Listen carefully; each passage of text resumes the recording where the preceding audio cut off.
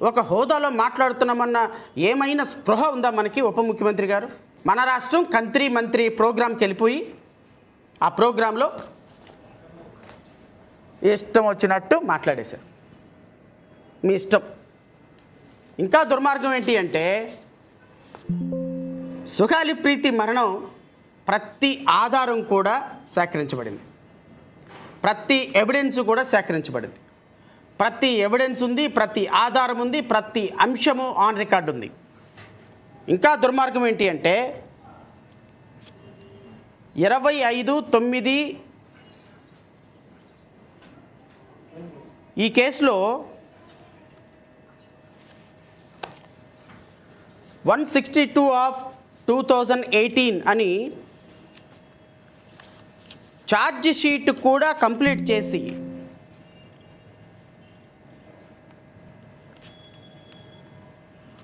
25/5/2018 అంటే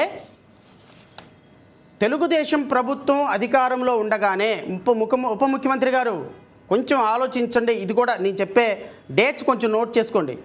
2019లో ఈ ప్రభుత్వం అధికారంలోకి వచ్చింది. 2018 మే నెలలోనే ఈ కేసులో విచారణ పూర్తయి సాక్ష్యాధారాలను సేకరించి 2018 మే నెలలో in the court of the special judge for trial of SC and ST's PY Act cases 6th additional district కోర్టులో కర్నూలులో పోలీసులు తెలుగుదేశం ప్రభుత్వంలో ఉన్నటువంటి పోలీసులు వేసినటువంటి ఛార్జ్షీట్. ఈ ఛార్జ్షీట్లో వాళ్ళు పొందుపరిచినటువంటి వివరాలు ఏంటో కూడా నేను చదివి వినిపిస్తా. ఈ ఛార్జ్షీట్తో పాటు పోలీసులు వేసినటువంటి evidence 161 sub class 3 CrPC statements from LW1 నుంచి LW27 వరకు, అంటే 27 ఇండిపెండెంట్ సాక్ష్యాధారాలను విచారించి ఆ సాక్ష్యాధారాలని కోర్టులో ప్రొడ్యూస్ చేశారు. Number 1 post mortem certificate. నేను ఏదైతే ఆ పాపని రేప్ చేసి చంపేశారు, గొంతు ఊపిరాడక చనిపోయిందని చెప్పినటువంటి పోస్ట్ మార్టం రిపోర్టు కూడా కోర్టులో వేశారు. FSL report Hyderabad received on 19/9/2017. Project DNA 64917 of final report. FSL Hyderabad report 9/10/2017. Final opinion 17/10/2017. Minutes of CC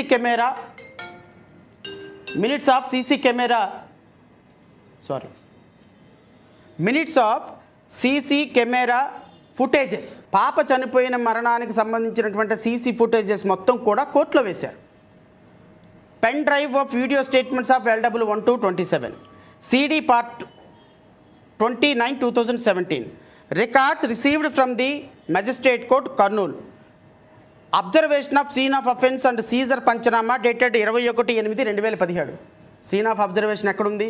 ఎవడెవడు murder చేశాడు, ఎవడెవడు రేప్ చేశాడు, ఎవడెవడు DNA ఏంటి, ఎక్కడ DNA ఉంది, బెడ్రూమ్లు ఎలా ఉన్నాయి, చిన్నపిల్లల యొక్క గెస్ట్ హౌస్లు అక్కడెక్కడున్నాయి, ఇవన్నిటినీ కూడా ఎగ్జామిన్ చేసి పోలీసులు వేసినటువంటి ఫైనల్ ఛార్జ్ రిపోర్ట్లు ఇవన్నీ ఆధారాలు సమర్పించారు.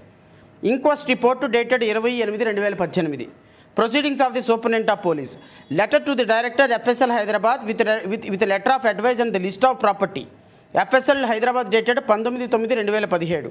Caste certificate of LW1 ST Sugali, అంటే ఎవరైతే పాప చనిపోయిందో అతను. Caste certificate of A2 and A3 OC Kapu. నిందితులు ఎవరండి? వాళ్ళు రెడ్ అయినప్పటికీ కూడా అక్కడ OC కాపులు. ఇది చాలా స్పష్టంగా ఛార్జ్షీట్లో మెన్షన్ చేశారు. ఇప్పుడు నేనేమంటానంటే కులం వద్దు అంటున్నారు కదా, వీళ్ళు కాపులు కాబట్టే నిందితుల దగ్గర కోట్ల రూపాయల డబ్బులు తీసుకొని ఇన్ని ఆధారాలు ఉన్నప్పటికీ కూడా ఈ ఆధారాలన్నీ కోర్టులో చక్కగా భద్రపరిచి ఉన్నాయి. ఒక్కసారి పోలీసులు ఛార్జ్షీట్తో పాటు ఆధారాలన్నీ తీసుకెళ్ళి కోర్టులో వేస్తే ఒక్కసారి ఛార్జ్షీట్ నెంబర్ వచ్చిన తర్వాత court not even single paper కూడా రిటర్న్ ఇవ్వదు. అండ్ మోర్ ఓవర్ ఈ వేసినటువంటి ప్రతి ఒక్క పాయింట్ ఉందా లేదా అని క్రాస్ చెక్ చేసి కోర్టు తీసుకుంటుంది. సో కోర్టులో ఉన్నటువంటి సాక్ష్యాధారాలు మాయమయ్యే ప్రసక్తే లేదు. కోర్టులో ఉన్నటువంటి ఏమీ కూడా మ్యానిపులేట్ కావు. మరి మీరు ఆధారాలు లేవని ఎలా చెప్తున్నారు? ఆధారాలు లేవు అని నిందితుల్ని వదిలిపెట్టే ప్రయత్నాలు ఎందుకు సాగిస్తున్నారు? ఏమి ఆశించారు మీరు? సుగాలి ప్రీతి కేసు నిందితులు కాపులు కాబట్టి వాళ్ళ దగ్గర నుంచి వాళ్ళకి ఏదైనా అన్యాయం జరిగితే కాపు ఓటింగ్ పోతుందని భయపడుతున్నారా? మరి ఇప్పుడు దాకా కులం ఏంటి మతం ఏంటి క్రిమినల్స్ కన్నారుగా. కులం ఏంటి మతం ఏంటి క్రిమినల్స్కి వాళ్ళకి అసలు బతికే అర్హత లేదన్నారుగా. ఈ రోజు నుంచి మా పార్టీ వాళ్ళు గలమెత్తుతారు, జనజీవన సంస్థలో కలిసిపోతారు, మా వాళ్ళు గజ్జర కట్టి బండి వెనక బండి కట్టి అని పాట పాడతారు. ఈ రోజు నుంచి ఏ బండిలో ఉన్నావు కొడుక అని ఎమ్మెల్యేలు ఎంపీలందరూ కూడా రోడ్ల మీదకి వచ్చి పాటలు పాడతారు అన్నారుగా. ఇదేనేంటి 2017లో 2018లో కోర్టులో వేసినటువంటి ఛార్జ్షీట్లో వేసినటువంటి ఆధారాలని వైఎస్ఆర్సీపీ గవర్నమెంట్ 2019లోకి వచ్చిన తర్వాత కోర్టులోకి వెళ్ళిపోయి ఆధారాలని తీసేసుకొని ఆధారాలని చింపేసేసి కట్టకట్టేసి పైన పడేశారా? అది మేము నమ్మాలా? అది ప్రజలు నమ్మాలా? సుగాలి ప్రీతి వాళ్ళ చనిపోయినటువంటి వాళ్ళ అమ్మకి న్యాయం చేయకపోవడానికి కారణం అదే? అయ్యోయ్యో నిజంగానే ఎంత పెద్ద అన్యాయం జరిగిపోయింది సార్. మీలాంటి వాళ్ళు ముఖ్యమంత్రి అయితే ఎంత సస్యశ్యామలంగా ఉంటుంది సార్. 2019లో వచ్చినటువంటి గవర్నమెంటు 2017లో వచ్చినటువంటి గవర్నమెంట్ మీ గవర్నమెంట్లో సేకరించినటువంటి ఆధారాలని కోర్టులో సమర్పించిన ఆధారాలని వెళ్ళి గోడదూకి వెళ్ళిపోయి స్టోర్ రూమ్లోకి వెళ్ళిపోయి తాళాలు బాలగొట్టి ఆధారాలని మళ్ళీ డిస్ట్రాయ్ చేసేసి వచ్చేసింది. పాపం మీకే ఆ విషయం తెలియక 2018లో గుండెలు బాదుకొని 2018లో అయ్యో రామచంద్ర, అయ్యో నాయన సుగాలి ప్రీతి దళిత మహిళ, ట్రైబల్ మహిళ, అయ్యో అని గొడవ చేసి పెద్దగా రంకెలేసి మైకులు లేకుండా పెద్ద మాటలు మాట్లాడితే 3 కిలోమీటర్ల దూరం వినపడింది మీ గొంతు అప్పట్లో. ఇప్పుడు వచ్చి రోడ్డు మీద కూర్చొని నలుగురిని పక్కన పెట్టుకొని ఎమ్మెల్యేలు ఎంపీలని మీరు మాట్లాడేయాలనగా వాళ్ళు చప్పట్లు కొట్టడం, మీరు మాట్లాడొద్దు అనగానే చప్పట్లు కొట్టడం, మీరు అరవద్దు అనగానే చప్పట్లు కొట్టడం, మీరు ఈడియట్స్ అంటే చప్పట్లు కొట్టడం, మీరు ఎందుకు పనికిరారు అంటే చప్పట్లు కొట్టడం. ఎందుకు చప్పట్లు కొడుతున్నారో వాళ్ళకి తెలియదు. మన నోట్లో నుంచి ఏది వచ్చినా కూడా చప్పట్లు. ఆ సినిమాలో బ్రహ్మానందం గారికి చిటికల సన్మానం లాగా మీకు కూడా ఆ చిటికల సన్మానం చేస్తున్నారు వాళ్ళు అక్కడ కూర్చొని. ఆ హాల్లో కూర్చొని నాకు అదే అనిపించింది నిన్న. మీరు ఏది మాట్లాడినా చప్పట్లే. ఎందుకు చప్పట్లు కొడుతున్నావు? ఏ కాన్సెప్ట్తో చప్పట్లు కొడుతున్నావు ఎవరికి తెలియదు. కులం లేని రాజకీయం కావాలి చప్పట్లు, నన్ను కులానికి పరిమితం చేయొద్దు చప్పట్లు, కులమే మనకు ప్రాధాన్యత చప్పట్లు, కులం లేని సమాజం లేదు చప్పట్లు, నేరస్తుడికి కులం లేదు చప్పట్లు, నేరస్తుడు చచ్చిపోవాలి చప్పట్లు, లా అండ్ ఆర్డర్ చక్కగా ఉండాలి చప్పట్లు, నేను తీసుకుంటా లా అండ్ ఆర్డర్ చప్పట్లు. ఎందుకు కొడుతున్నామో తెలియదు, దేనికి కొడుతున్నామో తెలియదు, ఏం మాట్లాడుతున్నామో తెలియదు. దాన్ని మాత్రం మళ్ళీ వైడర్ పబ్లిసిటీ మీడియాలో. మీ మీడియా ఉందిగా, ఏబిఎన్, TV5, మహా టీవీ, ఇంకా TV99 ఇవన్నీ ఉన్నాయి. పొద్దున్నే ఒక డిబేట్ పెట్టారు, కులం లేని రాజకీయం చూడాలి. పవన్ కళ్యాణ్ యొక్క మాటలతోటి ఉలిక్కి పడినటువంటి ఆంధ్రప్రదేశ్ రాష్ట్రం. ఇంకా ఈ సోకాళ్ళు మహానుభావుడు సుగాలి ప్రీతికి సంబంధించి దీనికి కూడా ఆయన సమాధానం చెప్పాలి. ఆయన ఏమన్నారండి, ఇంతకుముందు సిబిఐకి ఏదో జుజుబీ లెటర్ ఒకటి రాసేశారు, ఆ జుజుబీ లెటర్ వల్ల ఏమవుతుంది సిబిఐకి, వాళ్ళు తీసుకోలేదు వీళ్ళు చేయలేదు అని. అత్యంత ఇంట్రెస్టింగ్ ఫ్యాక్ట్ ఏంటి అంటే 24/9/2025లో ఆంధ్రప్రదేశ్ రాష్ట్ర ప్రభుత్వం సుగాలి ప్రీతి కేసుని సిబిఐకి హ్యాండ్ ఓవర్ చేస్తూ ఇచ్చినటువంటి జీవో నేను చదివి వినిపిస్తా. GO MS number 141 dated 24/9/2025. Delhi special police establishment act, exercise of powers under section 5, investigation of the alleged rape and murder of the Sri Sugali Preeti, crime number 221 of 2017, Kurnool PS, handing over the case to the CBI. ఈ కేసులో సుగాలి ప్రీతి కేసులో పవన్ కళ్యాణ్ వచ్చిన తర్వాత, ఉప ముఖ్యమంత్రి అయిన తర్వాత, ముఖ్యమంత్రి చంద్రబాబు నాయుడు అధ్యక్షతన రాష్ట్రంలో నడుస్తున్న కూటమి ప్రభుత్వం, తెలుగుదేశం, జనసేన, బీజేపీ ప్రభుత్వం, కూటమి ప్రభుత్వం, కేంద్రంలోనూ రాష్ట్రంలోని మూడు గుర్రాల జోడు గుర్రాల సర్కార్ అంటారు మీ విలేకరుల భాషలో.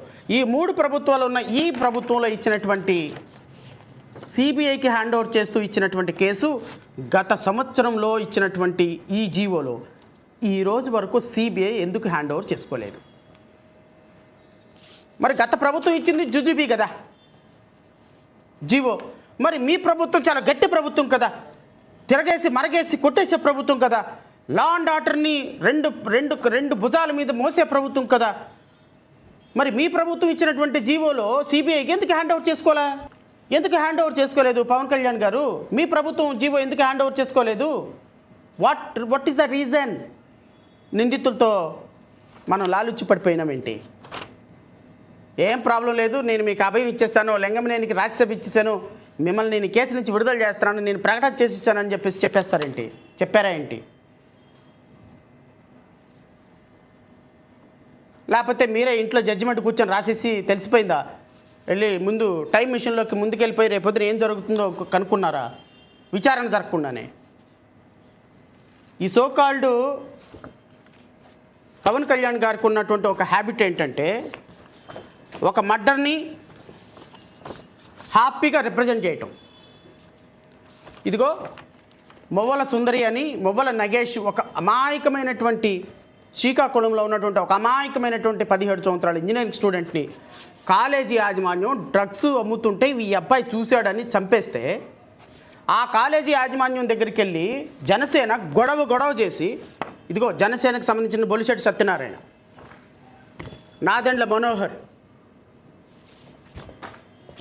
ఈయన ఇప్పుడు ఎంఎస్ఎంఈ డైరెక్టర్ శివశంకర్, నేను పెద్ద ఆఫీసర్ని, తోపుని, తురుంకాన్ని, నిజాయితీ అనే పదం నన్ను చూసే వీళ్ళు పెట్టారు, అసలు ఆ పదం కనుక్కుందే నా పేరు తర్వాత అని చెప్తాడు ఈ మహానుభావుడు. ఈయన శివశంకర్, ఈయన బొలిశెట్టి సత్యనారాయణ. ఈయన గురించి ఏం మాట్లాడొద్దు, ఈయన కొద్దిగా గొప్ప క్రెడిబిలిటీ ఉన్నటువంటి లీడరు. ఇదిగో ఇప్పుడున్నాడు ఈయన. వీళ్ళందరినీ మొవ్వల సుందర్ కేసును మేము చూస్తున్నామని చెప్పి, ఈ మొవ్వల సుందరికి సంబంధించిన ఈ కాలేజీ యాజమాన్యం డైరెక్టర్ని, ఎండీని, చైర్మన్ని ఎవరైనానండి కోట్ల రూపాయలు తీసుకొని పవన్ కళ్యాణ్ సమక్షంలో పార్టీలో జాయిన్ చేసుకున్నారు. నిందితుల్ని పార్టీలో జాయిన్ చేసుకోవటానిక మీరు సమస్యల్ని రిప్రజెంట్ చేసేది?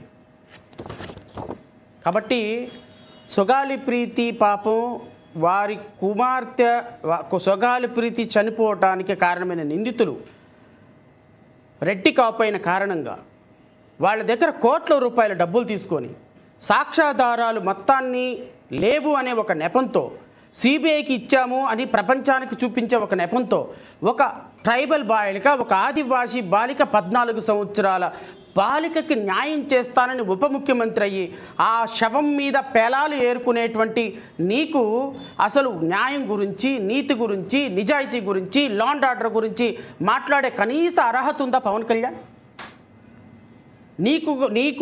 నీకు హెలికాప్టర్లు సప్లై చేయడానికి ఇచ్చి వచ్చినటువంటి లింగమనేని రమేష్కి రాజ్యసభ ఇచ్చినటువంటి నీకు ఒక విలువలు ఉన్నాయా?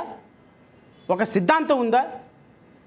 నీ ఎమ్మెల్యేలని నీ ఎమ్మెల్యే రేప్ చేశాడని ఒక ఆడపిల్ల కేసు పెడితే కనీసం అతని పార్టీ నుంచి సస్పెండ్ చేయి నీవు, ఒక 3 మెన్ కమిటీ వేసి దాన్ని చక్కగా మ్యానిపులేట్ చేసిన నీవు ఆడపిల్లల భద్రత గురించి మాట్లాడే నైతిక అర్హత ఉందా? నీవా ఈ రాష్ట్రానికి ఉప ముఖ్యమంత్రివి? నీవు చెప్తే మేము వినాలా? రాసుకో అనగానే రాసుకోవాలా? నీ నిజాయితీ గురించి, నీ కులం గురించి, నీ మాటల గురించి, నువ్వు ఇప్పుడు ఉప ముఖ్యమంత్రి కాబట్టి నువ్వేం చెప్పినా నడిచిపోద్ది. ఈ 3 సంవత్సరాలు నడిచిపోతుంది. లా అండ్ ఆర్డర్ గురించి ఎవరెలా? లా అండ్ ఆర్డర్ ఉన్నవాడు 40 కార్లు వేసుకొని టాప్ మీద కూర్చొని కాలు ఇలా పెట్టుకొని టీషర్ట్ వేసుకొని ఇలా వస్తాడా సినిమాల్లో లాగా? మోటార్ వెహికల్ రూల్స్కి అది వ్యతిరేకం కాదా? నీకు ఆ రోజు లా అండ్ ఆర్డర్ తెలియలేదా?